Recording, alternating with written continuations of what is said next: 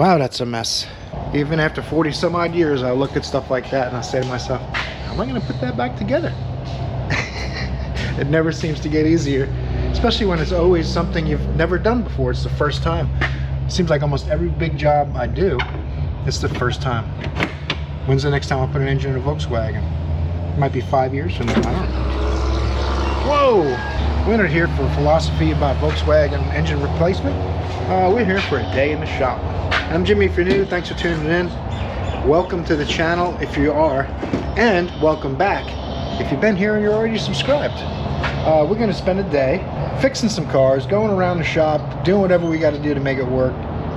You know, we do everything: classics, exotics, trucks, European, domestic, Asian. The problem with, there's been a lot of big jobs lately, and when they're not going, they're not going. I looked at my labor times for the week so far. I have 0.8 because the work I'm doing hasn't been picked up.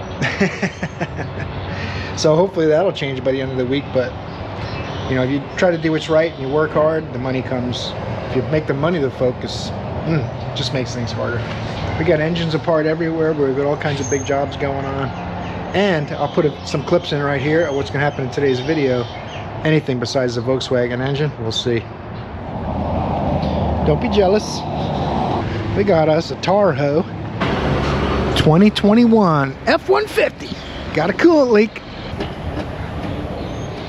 We got a beautiful sunrise this morning. It's 47 degrees. It's supposed to warm up to about 66, 67, I think, so it should be a nice day. Great working weather in the 60s.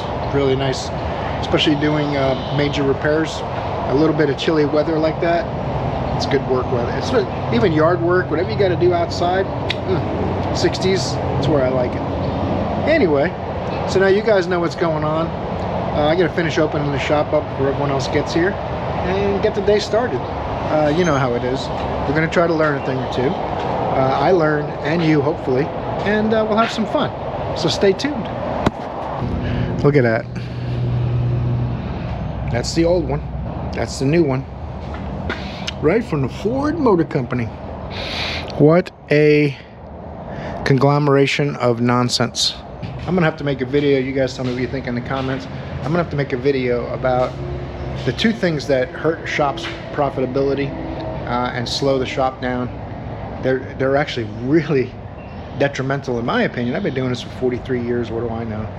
But big jobs like engines and transmissions maybe not so much, but engines especially, and oil changes. You don't make money on either of those. That's the far end of the spectrum. And anytime you're doing an engine in someone's car, they think they're getting a brand new car. So anything that happens, it's on you. If you do an oil change thinking you're gonna bring somebody in that wants to spend money and repair their car, no, they just want an oil change. 85% of the time, they're coming in for an oil change. They won't even buy a wiper blade or an air filter. And but shops always sell engines and oil changes first. They don't ever push radiators and axles and tune-ups and things like that. Very strange. What do you guys think? Tell me in the comments below. Am I wrong? We got a used turbo here coming, and this is where I keep my turbo hardware and lines and stuff that I might need. And I'm not sure what the used turbo for this Volkswagen engine is going to look like. And I'm not sure if it's going to come with any of those lines or gaskets and O-rings. We'll see. I'm still waiting on the O-rings. Well, it's a gasket, I guess. It goes right there. So I can put that back on, because the salvage engine came without this oil cooler on it. And it also came without a thermostat, which is kind of surprising to me. I hope that's not a concern. We're going to find out once we get it all together. Don't be jealous.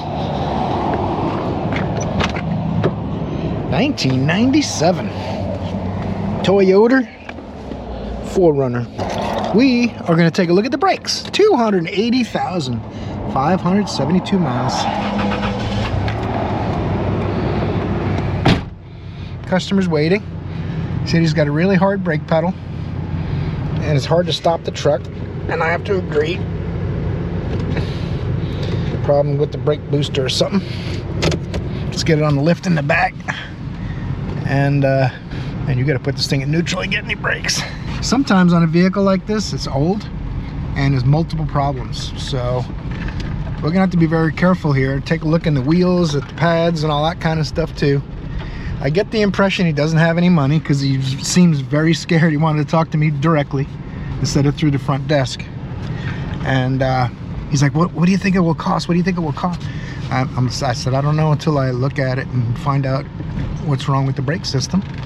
I said, I have a good idea what's causing it, but if there are other concerns, they'll have to all be addressed, and we'll put an estimate together. It won't cost you anything to put an estimate together and let you know. So that's what we're gonna do. It's gonna get a lever rating of 2. You know what? Yeah, I was gonna say 3, but open containers. That's basically food. Check engine lights on. This poor old girl has been through some things. Let's see what we can do to at least make it safe for him. Take a look at the brake fluid first. Got the hot air intake, basically a mandatory requirement on an older Toyota. I think it's illegal at this point to drive one of these without taking the stock air filter off. I'm not sure if that's actually been made into a law yet, but it probably should be. Got the blue wiper motor going, blue cruise control, blue, man, that's nice. That is nice. Okay, what we come here for originally, that's it. Rubber's not giving up the ghost yet, although the fluid looks terrible. Brake booster hose is attached, but not tight. There's some things going on. All right, what we will do is make sure we got a good vacuum source to the booster. We're gonna take a look at the brake pads and stuff, the simple stuff first, and then we'll test to make sure we're getting decent engine vacuum. The engine seems to run really good. It'll drag the vehicle while you're stepping on the brakes. That's how good it runs. Smooth, all that stuff. So that'll be the next step after looking at the pads. Well, I might have to pull the wheels off. It's really hard to see. I think about 6 or 7 millimeters in there. I don't know if you can see it, but I wish they put 24-inch wheels like all the normal people. Oh, drum brakes, that's right, Toyota. They haven't come into the 21st century yet, as Joe says. Yeah, we're gonna have to, man, lug nuts missing and stuff. Really hard to see the way this is set up. I'm gonna have to pull a couple wheels off. We'll pull a wheel off the front and a wheel off the back. The pads look to be 6 or 7 millimeters in the front, and we'll have to note the missing lug nuts and all that stuff and let him at least say whether he wants to do that or not. I'm sure he knows about it. He's been doing his own body work and everything. He may do his own brakes once I tell him what's wrong. I don't know. Let's get these wheels off of there. The front brakes are pretty decent. 7 millimeters, maybe even 8, close. The main problem is kind of sad. I probably shouldn't have taken the wheels off because they're not the correct lug nuts. So now I have to put it back together with the wrong lug nuts. Although the chances of something happening are pretty slim. I mean, the lug nuts were holding the wheel on before, but they're not the correct ones. This has a flat seat lug nut. I'll show you. It's supposed to be made for like a mag wheel style lug nut. You see how the wheel's been dug into? You see the washer marks around the outside of the holes? It's supposed to have a mag wheel style nut which has a shank on it, about a ½ inch long or so, and has a washer built into it. Some of you guys might be familiar with those. And same thing all the way around, it looks like. And sadly, I've taken the wheels off now, so I'm kind of in a tough spot here. It's a risk.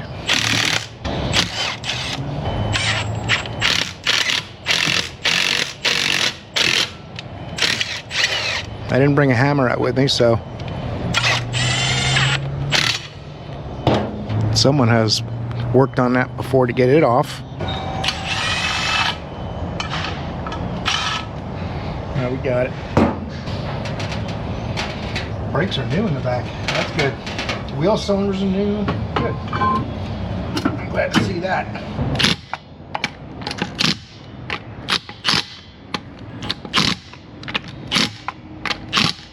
I'm going to stick my vacuum gauge on here with a piece of rubber hose. We got good vacuum going to the booster. It's got a bad booster. They don't charge for brake checks, but I still want to be thorough and make sure I don't tell him he needs a booster when something's blocking a hose or this port is blocked. The hose feels like it's fairly new, like it's been changed. No swelling or anything weird. So it's not collapsing. Basically, if we have vacuum here, it's good. All right, got the old Mac vacuum gauge. Got a series of adapters on here. I keep this one on for most vacuum test, but this is a large port. So adapter it is. Let's fire this thing up.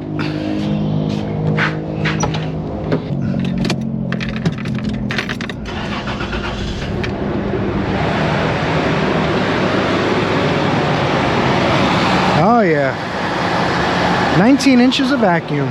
So it's got a bad brake booster like we suspected, but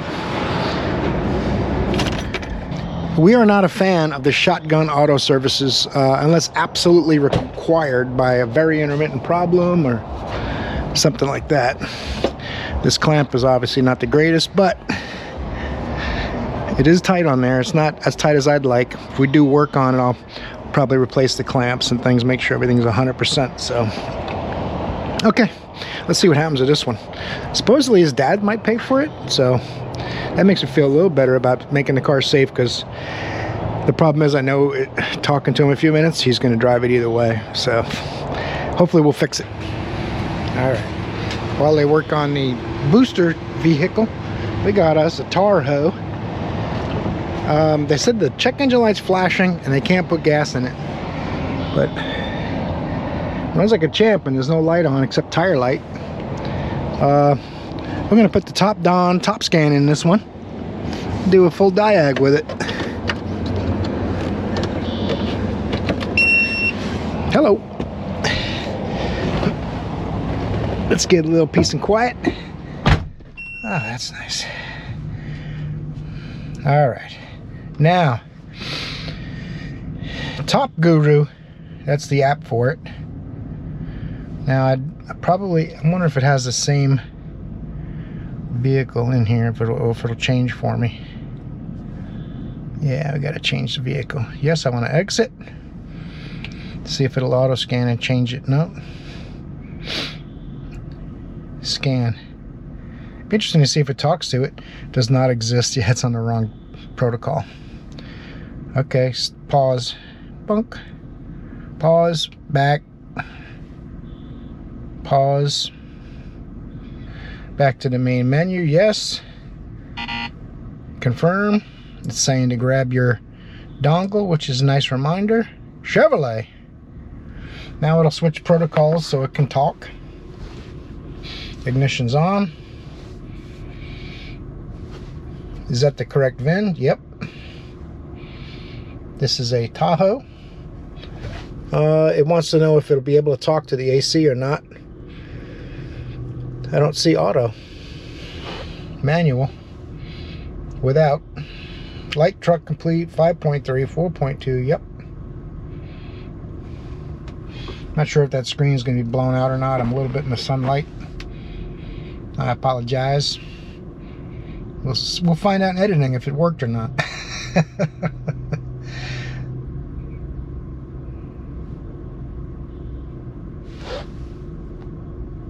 Auto scan. Now it'll be in the right protocol, so it'll talk to the ECM and a bunch of other modules.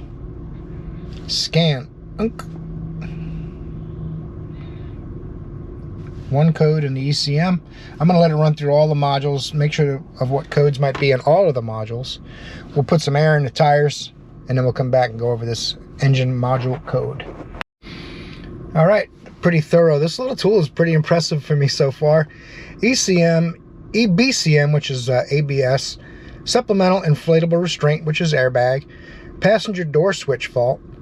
So I can send a report with this little dongle tool, just like a full-size scan tool. Pretty impressive. So I'm going to send a report up front so we have all the codes recorded. Then we'll come back and go over this.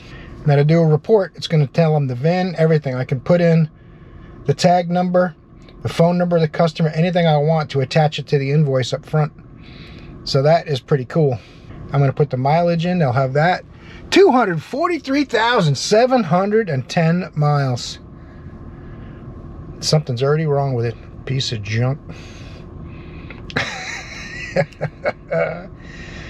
We already got the VIN. We don't need that.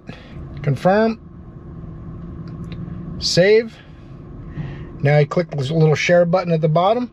I'll put their email in up front and we'll be good to go. Okay, report sent. Now let's go over those codes. Trouble codes, read codes. Probably going to be vent related, evap related. He says it has a hard time getting gas in it. And I think when they say rough running and check engine light blinking, that is after putting gas in it. Engine oil pressure sensor performance. Huh, that's not what I was expecting. Okay. Current DTC. Engine oil pressure about 30 psi. That's interesting. PO 521. I wasn't expecting that. Why she mentioned having a hard time putting gas in it, I don't know. Additional DTCs. These are history ones, I believe. Oh, this tells you what hasn't been run and what has been run. This is basically a preparation report. Anytime you start your vehicle to drive it, it's looking for a drive cycle from cold to warm, and it runs monitors, which means it tests for each system to see if everything's working correctly. When it hasn't run those monitors yet, it just says not run. Mostly for emissions, like if you go for a state inspection. We don't have them in Central Florida, but if you go somewhere there's a state inspection, if all the monitors have been run and there's no check engine light, you pass emissions, because the computer does its own emissions testing constantly. So there's no reason to replicate that. Let's go take a look at that PO 521 oil pressure related code. And on the way, we're going to look under the hood and check the physical oil level and condition. See what we think about that. If you look at the Valvoline tag up here, it says 242.6 it was due, and it's 243.7, so it's 1,100 miles overdue. So let's not run it any longer. Let's go take a look at the oil and see what the prevalent causes of that code are, which on these things, it's oil pickup O-ring, things like that. Could just be intermittently the sender doesn't send out the correct oil pressure sensor reading, which is the most common cause I find. When you pull the connector out of the oil sender, there'll be oil in it and stuff from the sender leaking oil. And sure you want to exit? Yep. It's saying remember your VCI. I like that it gives you that warning so you don't forget it. Confirm. And then pull it out so you don't actually forget it after you told it you didn't. All right. Oil and transmission right next to each other. Stuck in there pretty good. That means the O-ring at the top of the dipstick is dry. Uh-oh. Rob's pulling the TRD off.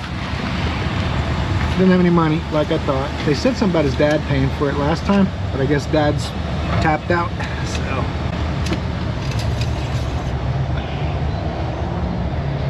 No oil on the dipstick. I know why your oil pressure warning came on. Ta-da! Okay. Oh, watch your head, man. You smack your head. You all right? So 240-something thousand mile engine, not changing the oil on time, which everyone knows is detrimental, but 243,000 miles of abuse this poor truck's probably been through.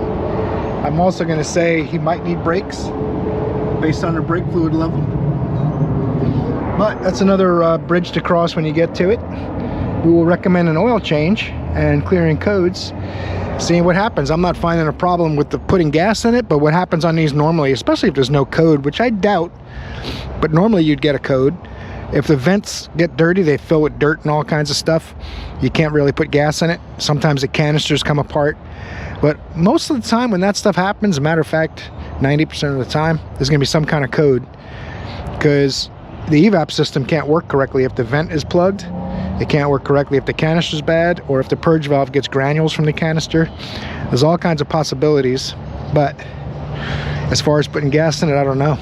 Maybe something built a nest in his filler neck. Who knows? We'll see if he wants to mess with that as well. We'll start with an oil change, and we'll come back to this one. So far, we got 2 strikes. 2021 F-150. Got a coolant leak. It's got a lot of miles on it, though. It's only 3 years old, but it does have 128,049 miles. My gracious goodness. Love rating at 3. It looks like a work vehicle or something. I already popped the hood. Let's open it up and take a look. I don't know why it won't let me put the window down a certain amount here. Let's see here. Turn the ignition on. I hate leaving the window completely closed just in case, and I don't want to carry the key fob around with me. It's probably an Eco Boom, much like the one Joe's putting an engine in right here.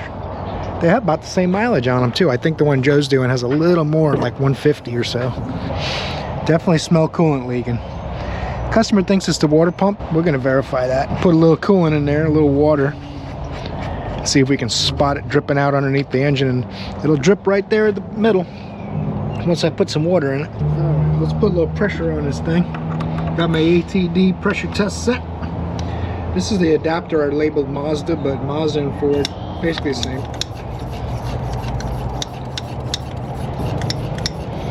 Now water pumps, they're strange because it's a spinning part and a rubber seal. Sometimes they'll leak, sometimes they won't. Sometimes they have to be hot, sometimes cold. But, oh no, this one's leaking pretty good. Yep. I see some stuff happening. It's kind of strange.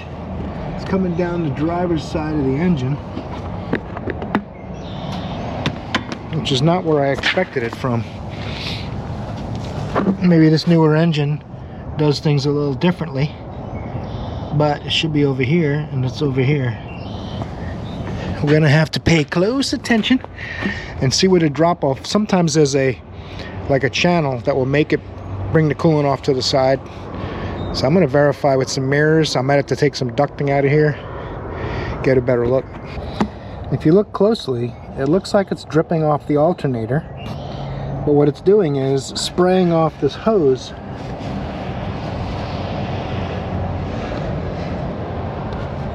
So it's a heater hose that has ruptured. I don't know if you can see that. Got my little T-Rex fingers in there. I don't want to break it worse. Yeah, it's cracked. It has cracked. So this thing needs heater hoses or coolant tank hoses. It comes from the coolant tank, goes to a T. Typical Ford mess. You know, I don't want to rip on Ford too hard because GM's doing the same stuff, Chrysler's doing the same stuff. They're all trying to make a little engine be like a big engine, make believe, and they get an extra half a mile to the gallon, maybe a full mile to the gallon on the highway. I'm not sure. What do you guys think? I know if you're towing or carrying any weight, they get the same mileage as a V8 because the turbo is working. And if you're going to make 250 horsepower, it doesn't matter how you get there, it's going to consume a certain amount of fuel. I don't know how much you guys know about all that kind of stuff, but it's physics. You got to move a certain amount of weight, certain amount of speed, certain aerodynamics. Rotating friction requires a certain amount of power. However you get there, it still requires the same amount of power, still requires the same amount of fuel. Now they can refine things and get the fuel usage a little more precise so there's less waste. Combustion efficiency might be a little higher. You might get that 3/10, 5/10, maybe even a mile to the gallon. But you end up with a mess like this. So conglomeration of expensive hoses and tubes and ducting and potential problems when they start to get older. So like one of these vehicles, you know, it's not like right now if you have an 84 F-150, it'll probably last you forever if you keep fixing it, if you can get plastic parts for it. Something like this, once this truck starts having major problems, you won't even be able to get all the plastic for it and all that kind of stuff. So it makes me a little sad to think about where these vehicles will be when they're 20-25 years old. Someone will probably swap an LS in it. Let's go let them know it needs these hoses. Probably a good idea to replace all the plastic hoses if one of them broke now, right? So we'll see. He said we're the only shop in town that could do it right away. Everybody had a 10-day wait. So we'll come back to this one. We'll see what they want to do. All right, some people do oil changes to find work. I look at work to find oil changes. He's not going to fix the evap stuff or anything, just the oil change for now. And I will not top off the brake fluid, FYI for you younger guys. That means the brake pads are probably low unless it has a leak. But I'll look real quick for that while we got it in the air. I already aired up all the tires. So quick oil change. It says 6.2 on the ticket. We'll see.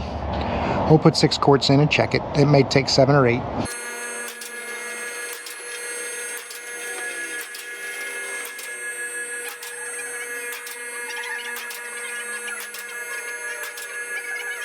It's got the typical oil cooler block-off plate gasket leaking, and potentially a rear main as well, because oil doesn't migrate up, and I can see oil down the side of the belt housing. That usually means the flywheel's spinning it. You can pull this plug off and all, but he doesn't want to spend any money, so I'll just make sure we note it and talk to him about it, and get this done real quick. I'm using this as a tool bench because I don't want to roll my cart out here. It's got all kinds of Volkswagen stuff all over it, and I hate cross-contaminating jobs. It's just something I have to deal with. You guys don't have to worry about it.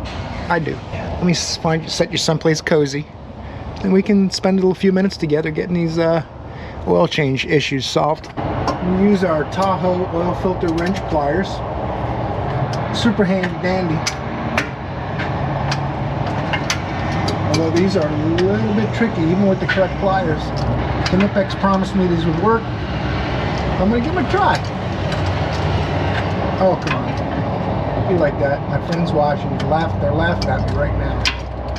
Just an oil filter. Go get an oil filter wrench, Jimmy. No. This is what I brought out here. I'm going to make it work. Otherwise, I have to rename the channel. We don't want that. Oh, yeah. Still going. Still going. I didn't want you guys to feel like you were watching grass grow. So I just let it drip a little while. Let you take a break. And, I went to get the 15mm ratchet wrench. I'm going to start loosening that.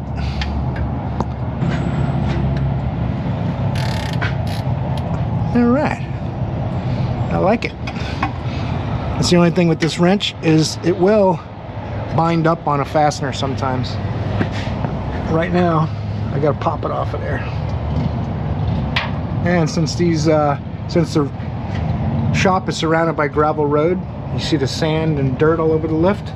Occasionally it blows it in your face and gets in your eyes, but it's another thing that you just make it work. I spend a lot of time during my day making things work. I'm sure you do too. Everyone's doing the best they can with the cards they were dealt. I'm guessing it's not going to take long because it didn't look like it had a whole bunch of oil in it.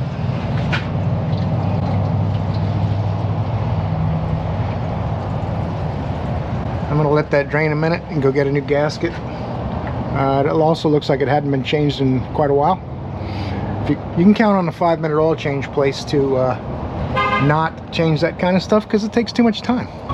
Gravity check. Got nervous when I heard the police. This is something, let's turn the light on. This is something I want to show you. People always say, you change drain plug gasket. That's the old drain plug gasket. See how flat that is? That's the new one. What it's supposed to look like. Does that show up? It's going to get a new gasket. That's basically what I'm saying. That's the long-winded version of it. If you don't want to change the gasket on your drain plug, don't. That's all I can say. You don't have to. I can't force you. It's a free country. Do what you want. What does Bad Chad say? Do what you want with it. Throw it away if you want. This is how I do it. I kind of like that guy. A lot of people give him a hard time, but he makes things happen. He gets it done. Right now he's building like a 49 Ford, making it into a sled. In any event, I'm yip-yapping while I grab tools and stuff. Plenty tight. Throw that away. Now, get this filter off here. I am going to spray some of this mess down with some brake clean, although it looks like that cooler gasket's leaking pretty good. So it'll be soaked with oil again pretty soon.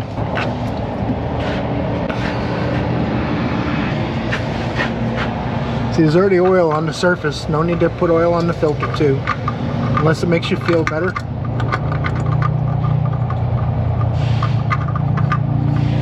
Then you can do it. I miss my motorcycle. You guys hear that? I used to have I've had a few Harleys, had a couple sport bikes, but drivers around here seem to want to intentionally kill you if you're on a motorcycle. Maybe because some of the motorcycle guys do some dumb stuff, so they get angry. So they'll kill you because they're upset. Why take the risk? But I love to ride. If I lived in an area where there was a little less crazy traffic, I'd have a motorcycle. Rather than going inside, there happens to be Super Clean out here. Super Clean has sent me some products to try years ago, and I started using it, and I said, the stuff is really good. Much like, was it that deep purple one or something? I forget. They're both purple. I don't know if they're the same chemicals. They work similarly, but Super Clean is less expensive. And you know, I'm always down for a bargain. You can watch the grease and oil running off of this thing. And the best thing is after this to hit it with a hose. See how it sprays the stuff right off there. This great stuff. I'm not just telling you have to buy it. I'm saying if you want a cleaning product and you're not sure, this stuff works. That's what I'm saying. I'm not much of a salesman, but I will tell you what I think. Got lots of opinions, and I will always try to not steer you wrong. And I can hit this with the hose, and it'll get even cleaner after I let it sit a minute and soak in. Now it's on.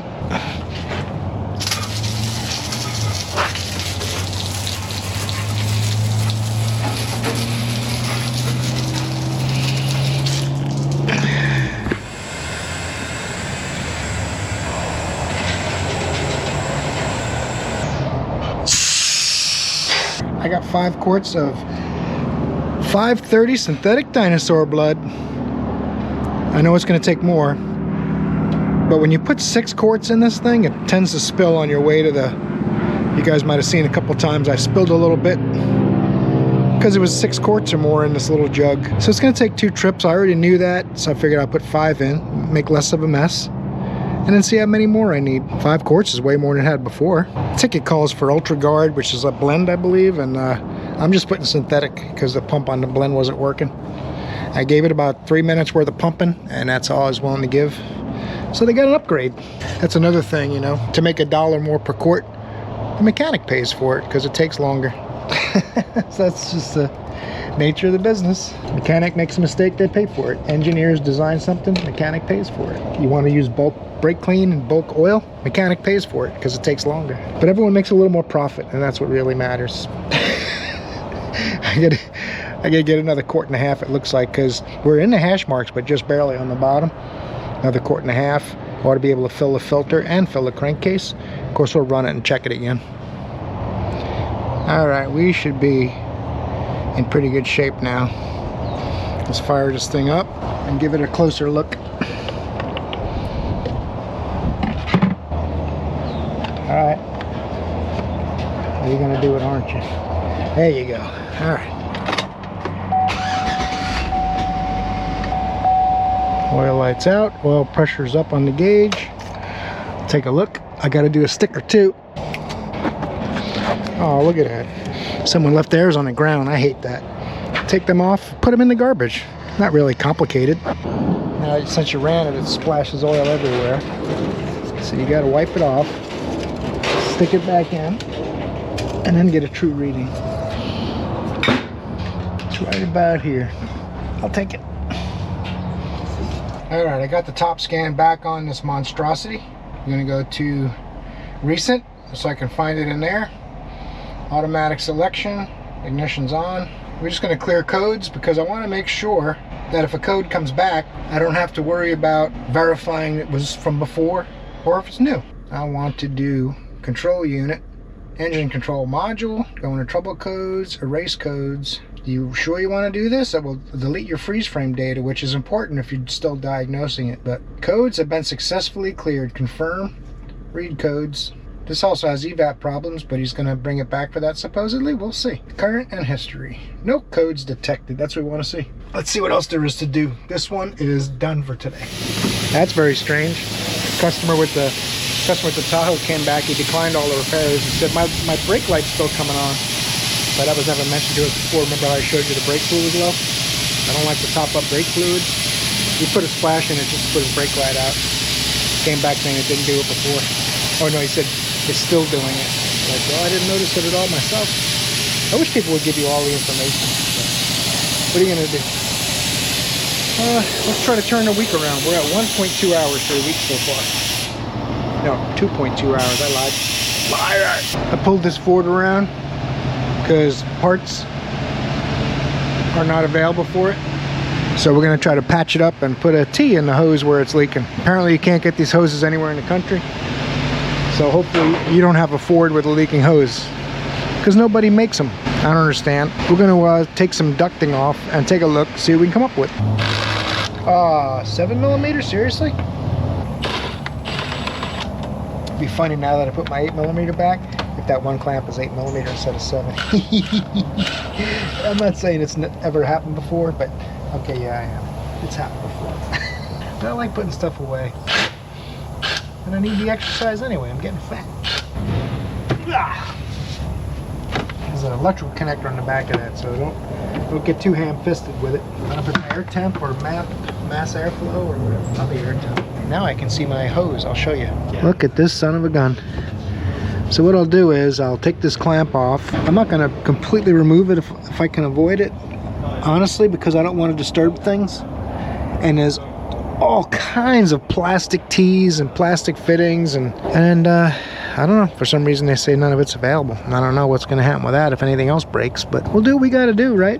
All you can do is trudge forward. It involves rowing, things like that. This is another pipe blocking me from getting in there with a clamp. That's kind of strange. Maybe we'll cut these plastic clamps off and not remove it and see if we can see what size everything is to get a tee that'll fit. Executive decision. Instead of cutting all this up, let's pull it out like we're going to replace it and see exactly where it's leaking from. Just so I feel even better about my diagnosis before I cut it up and find out it was coming from somewhere else. There's like 8 hoses in this area, so let's see here. If I get the other end off, it'll be a miracle. This thing's leaking from around here somewhere. Not exactly sure where. Might have to fill it with water or pressurize it somehow. I really would like to see it spraying out of it before I cut anything. I've got to get one more end off. I don't want this to drip coolant down on the intake duct. There's tees everywhere. Bill and Bob, you guys are really stepping up your game. I can appreciate that. Like I was afraid of, we clamped all this off. Rob held this. I put shop air in here. Couldn't find a leak. We actually pressurized it pretty decent. No leaks. So we look a little further with this out of the way. And someone has worked on this. Was that okay? Yep. Someone had worked on it, and there's an air duct hose that goes from this plastic tube down to the radiator. And when they worked on it, it didn't stay on the radiator, and it pushed this hose into the alternator pulley, making me think it was the hose above it. So this was spraying up to the heater hose and then spraying back down on the alternator. So now we're going to splice this after lunch. We're going to make this work. I showed you guys earlier the rub mark. So we got us an adapter Rooney. Problem is there's a bend right there, but it's not that big of a deal. We just don't want it rubbing on the alternator this time. I'm going to cut it right at the damage area. Take note of how it's facing. Turn 90 degrees. There's room for error. This is a little big, but the heck was that noise? Yeah, it's a little too big. I'm gonna have to see if I can find a slightly smaller size. All right, got a union. Cut the damaged area out because there's an extra space in here, so I could actually cut almost all of it out of there. And now this goes to the cooler pipe, and this goes up by the valve cover. Boom, making it work. That's what I'm saying. I just need an 8mm power tool now. Tighten those up. Start putting this thing back together. Try to put these clamps in a spot where they're not gonna be hitting anything, much like the hose was. I think I'm gonna have to turn them about 90 degrees. When you fabricable, you gotta really put an effort in to make sure you're not gonna make the same mistake over again. It's almost like your name's Bill or Bob when you're doing this kind of stuff. You're re-engineering everything. Now, just a matter of popping this back in. It should be easy, right? Alright, that was easy. Now I gotta get down to that one. We call it the Ford maze in the business. Now, I'm gonna tie wrap this. I wish I could fit you down there to see, but it's just not gonna happen. There's no room. I can barely see it. I'll use my Icon flush cutter. So now it cuts themselves on the giant tie wrap. That's a serious tie wrap I used. I saved it actually, so it was free. Now, this is clicked up a little bit, so should be able to get it in there, right? It's gonna have to face up away from the belt pulley.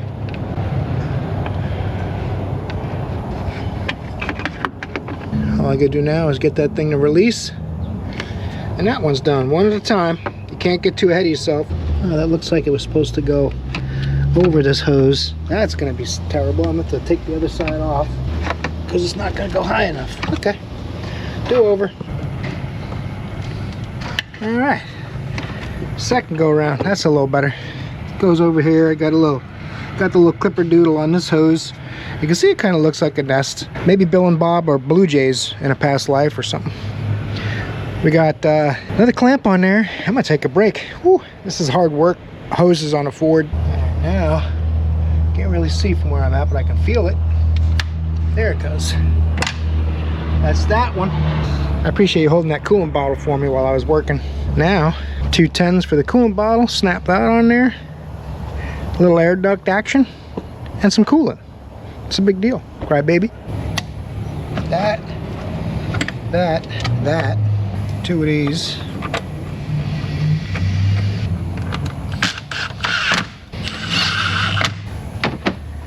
The next conglomeration of hose nest air ducts. I did push that hose onto the intercooler or whatever that goes to, but I gotta turn the snap and I can't really do it. There's a little bit of coolant someone accidentally spilled when they were taking hoses off of this, so I don't want to lay on the floor to do it. I'm going to nurse it over to a drive-on rack and make sure that little gray lock gets twisted so the hose doesn't come off again. Can't see it, neither can you, so we're even. Do not add water, or else I don't know what happens, but they're very upset about the thought of it. So let's just put it in 50-50. It's already pre-mixed is what they're trying to say, I think. If you add water, then guess how much it is, you know? You good at math? If it's 50-50 and you put a gallon of this and a gallon of water in, what do you have? I'll give you a hint, 25%. Because 50-50 is half of this gallon. Put another gallon in, it's a quarter. That's the math lesson for today. No extra charge. You know, you guys just subscribe and there's no bill. If you don't subscribe, then a bill comes in the mail. Just a heads up. This is probably going to take this gallon, maybe a little bit more. It only went down to about the level of the lowest hose I took off, which is right around the height of the cylinder head or so. So the block still was full of coolant, half the radiator probably. I'm going to let that settle down a little bit. We'll see how much more we have to add. Got a broken windshield too. I'm gonna rinse everything off a little bit and then we'll move it over so I can make sure that coupler is locked on, and I'll show you what that looks like. Now, it should say on here, this way if you're not a Ford guy, and this way if you are. Uh-oh, I don't know if it wanted to do that. That's not good. That's basically how this whole repair is going, so it's to be expected. What do you think was gonna happen, Jimmy? Think you're just gonna pop it on for everybody and put on a show? No, this thing's gonna get hurt really bad in a second, and not much anyone can do about it at this point. I'm about to go get gas and a match, and this car will be done. You see those little ears in there? When you turn it, it lifts those ears so you can get it apart. I didn't think it would slide off the tube, but I guess it does. Once it clicks like that, you're good. Now if you turn it, it lets you take it off. There's no turning the lock like I thought. I never claimed to be a Ford expert. Shh. I see you typing in the comments. Alright, we'll let the old girl warm up a little bit so she's not found on the road dead, and go look at the Chevy S10 momentarily. They said the charging gauge indicated it wasn't charging momentarily, and they were concerned. They haven't delivered it yet. They were moving it around. I think Kyle put a tire on the left rear. He needs 4, but he did the worst one at least. We'll see about the charging system. The gauge is a little under 14. Don't really like the look of that, but let's see for ourselves. I've gotten burned a couple of times going by what other people say, so I don't do that too much anymore. 13 volts at idle. That's not enough. Let's see what it does off idle.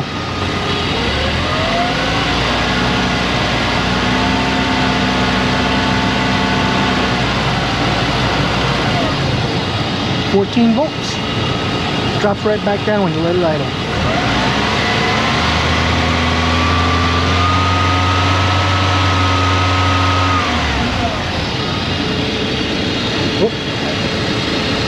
So basically, maybe the alternator's weak. Kind of strange that it's not trying to charge more, unless it's off idle. The regulator may not be turning it on completely because of lower RPM, but it's kind of strange. It is charging, just not like it should be, so maybe we'll have to recommend an alternator too.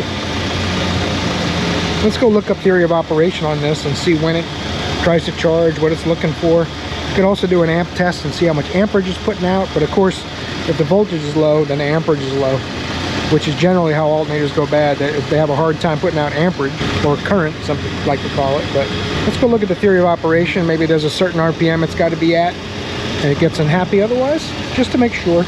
And then we'll see what happens with that. It's just like a, I don't know what it is. It's a gobstopper week, I suppose. The Volkswagen won the third gasket for the oil filter housing. So I finally got the part number, and I think that's going to come late Friday, maybe early Monday. So that's most of my week right there. It's not going to go this week. So I think I'm at about 6 hours. Getting a little grumpy, gotta tell you.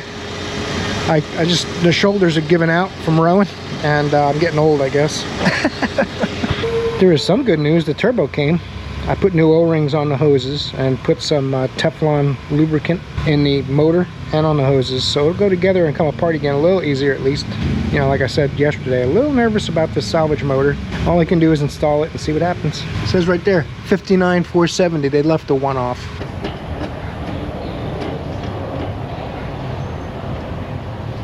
Now, I can't find the other copper nut. I probably got one around here somewhere, but these lines, they do not leave you much room.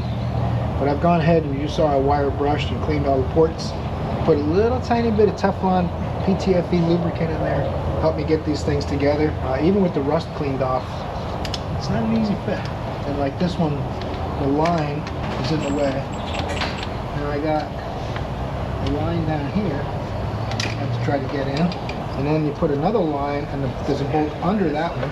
And then there's a line down the bottom, which is the oil return. That one should be pretty easy. I don't want to tighten this till after I tighten the flange nuts. That's something to mess with for a little while here, closing this day out. Not the best day ever. Of course, the week's not the best week ever. Unless I have a really good Thursday and Friday, I'm going to have like a 25-hour week. We'll see. We'll see what happens. Don't be negative. Maybe it'll turn around. Jimmy, you want me to go park the truck in the back? I'll do it in a minute. Okay. I'll do it. Thanks, though. Good. Okay, this is the line I had to straighten out in the vise because it got mangled coming out. Should have got all new lines, but you know, should have got a new engine instead of salvage too. So we're doing what we got to do. Ah, that's a lot nicer with everything cleaned up nice. All right. Now that all my lines are in, I can tighten these up.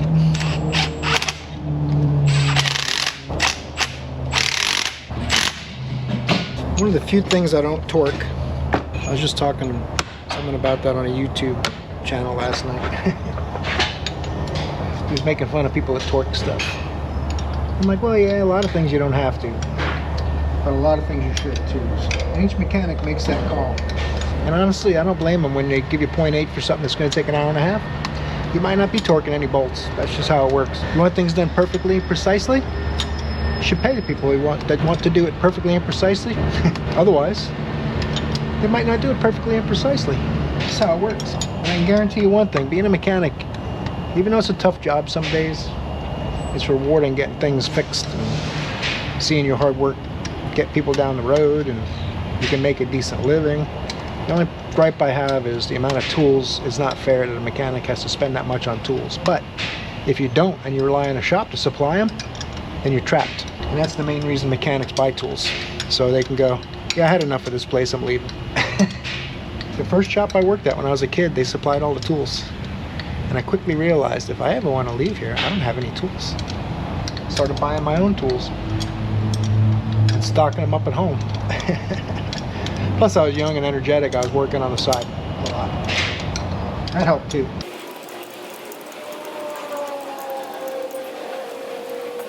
But I did sell myself short and work for next to nothing, thinking that I had a whole bunch of friends that I was helping. And then once you stop wanting to do it for free, all of a sudden they're not so friendly anymore.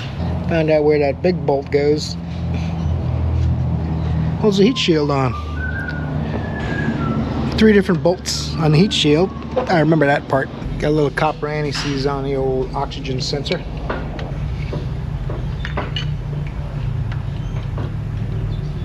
I don't want to break that. I have to reach.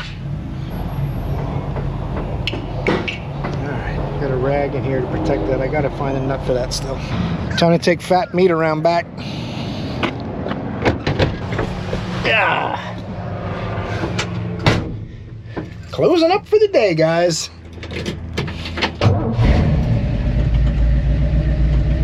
Yep, she runs good, that's what I'm saying. I appreciate you watching today's video. I enjoyed your company. Hope you got something from it.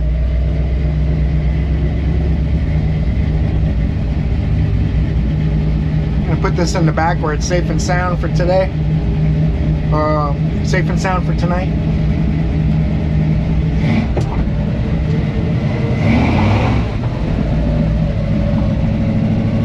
That's what I'm talking about. Should drive this home tonight, but the furthest I've driven it is about 2 miles, and it had wicked vibrations, and I've just been too busy to drive it. If I can take this thing for a shakedown run and that vibration's gone and the brakes work pretty good, then I'm going to take it to Old Town and enjoy a couple of cold drinks with my wife at Old Town on a Saturday night.